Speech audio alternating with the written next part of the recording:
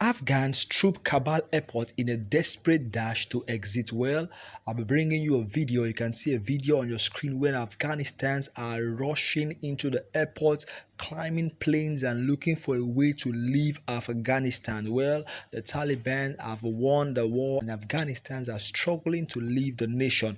The BBC reported that some climbed the plane and even fell on roofs or fell on rooftops over, and two people were killed. Well, the US troops fired shots into the air and all commercial flights were cancelled at Kabul airport as thousands of Afghanistans crowded onto the tarmac in the hope of catching any flight out after the weekend Taliban takeover. Dramatic footage posted on social media showed a scene of chaos and the runway with civilians and already overcrowded and bulking set of airstays. It was a desperate bid to board a packed passenger plane and escape the city a day after the government's collapse. Well, as a crowd of hundreds watched on, those who successfully climbed the stairs helped others up while some hung from the stairs railing by their hands. Panicked families trying to flee the capital cried over packed luggage with frightened children in tow. The situation caused such a commotion that US troops fired into the air to restore order and all commercial flights were cancelled. I feel very scared. They are firing lots of shots into the air, the witness said, asking not to be named in case it jeopardized his chances of leaving. The U.S. State Department said American troops have secured the perimeters of the airport as they evacuate embassy employees and thousands of Afghans who worked for Washington's interests since they toppled the Taliban in the wake of September 11 attack. "We are afraid," the U.S. Embassy in Kabul tweeted, but thousands more Afghans, even some with no links to the US-led coalition, showed up in the hope of getting out, even without tickets or visa for foreign destinations. The bedlam at the airport came just hours after Taliban leader ordered their flight into the Kabul to maintain order as Afghan President Ashraf Ghani fled the country.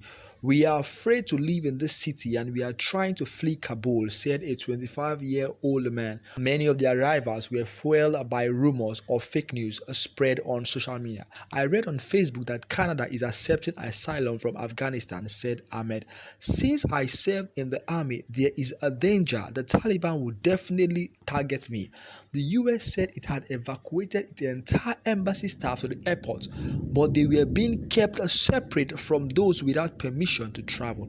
Other videos posted on social media also showed a desperate scene overnight of people fighting to cram into the back of a cargo plane.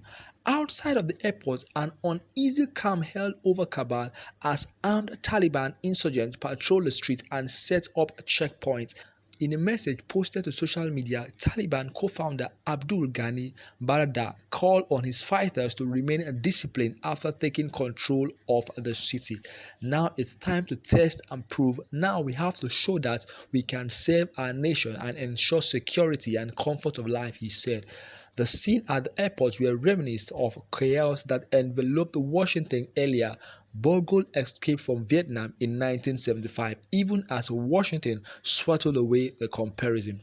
Well, this is what is happening. You can see the video again whereby people are crowded in the airport. Some are climbing the planes, climbing the steps, trying their possible best just to flee Kabul. That is in Afghanistan. As the Taliban took over and the president fled and ran away from the country, the Taliban is now in control and people are running away. Those that have been in the military are saying that they will be a target, so they have to leave that city. They have to leave the capital by all means. They have to leave the capital by all means. the airport was overcrowded that the US Army have to shoot in the air and cancel all of flights. Well, this is what is happening in Afghanistan as we speak. What are your thoughts and opinion? We pray Nigeria doesn't get to this extent, or we pray Nigeria doesn't go to or doesn't reach this extent, because this is what some politicians like Rino Omokri is saying, that Nigeria shouldn't get to this extent whereby people are struggling to leave the country. Because if you go and check the statistics or the analysis of people that have left Nigeria this particular year, immediately the COVID-19 reduced a little bit. That was early last year, late last year and early this year. You discover that a lot of youths have left this country to find greener pastures, because they are saying that this administration is squeezing life out of them. A politician once said that if you are able to be alive till today in Nigeria, you deserve a survival certificate. Well, and this is really true, because this administration or the nation is really trying to take life out of its citizens, because everything is the price of things in the market have skyrocketed. Even Gari is no more a poor man food. So now we pray that Nigeria doesn't get to this stage. When I take a look at this video, I wept, because I felt so bad. Look at people knowing how risky, or knowing the height at which this plane will go, but still they don't mind. They are still climbing the plane. I heard that 2 people died here. They climbed the plane and the plane went on air, and because of the speed, they fell off and fell on top roofs of houses, and they lost their lives. They are trying all their possible best to escape Kabul because of terrorism, because of issues. You know that Afghanistan has been the home of war, home of crisis, terrorism and issues every single year in, year out.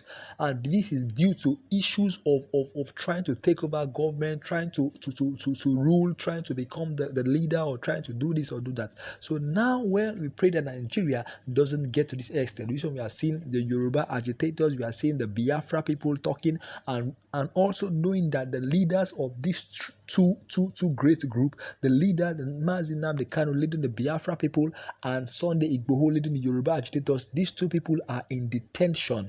This can cause commotion, this can cause crisis, because the Igbos have decided that every Monday the IPOB nation, they will sit at home. They have crumbled Imo and also crumbled Owerri, that on Monday, being a very busy day, everybody will remain at home.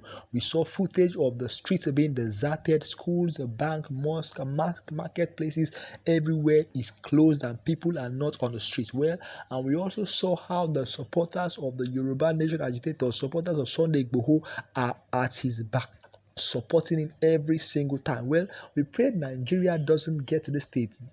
It depends, or it lies in the hand of the government. It lies in the hand of the federal government, the Buhari-led administration, to put things together and make sure Nigeria doesn't get to the state or get to the stage that we can see on this video. Well, what are your thoughts and opinions? You can leave them down in the comment section below. Let us know what you think concerning people trying to flee Afghanistan, and let us see how we can relate this issue to what is happening in our country and how we can escape the issues bedeviling Nigeria. Well, if you're coming here for the first time, this is Gleanful, and I would love you to please subscribe to this channel, because on this platform we keep you up to date with what's happening in Nigeria, in Africa, and the world at large. Well, I remain your humble presenter, Favor Abashi, and you keep that subscribe button, hit the bell by the side, and you will get notified whenever we drop our daily content. Keep watching Gleanful, and do have a wonderful week.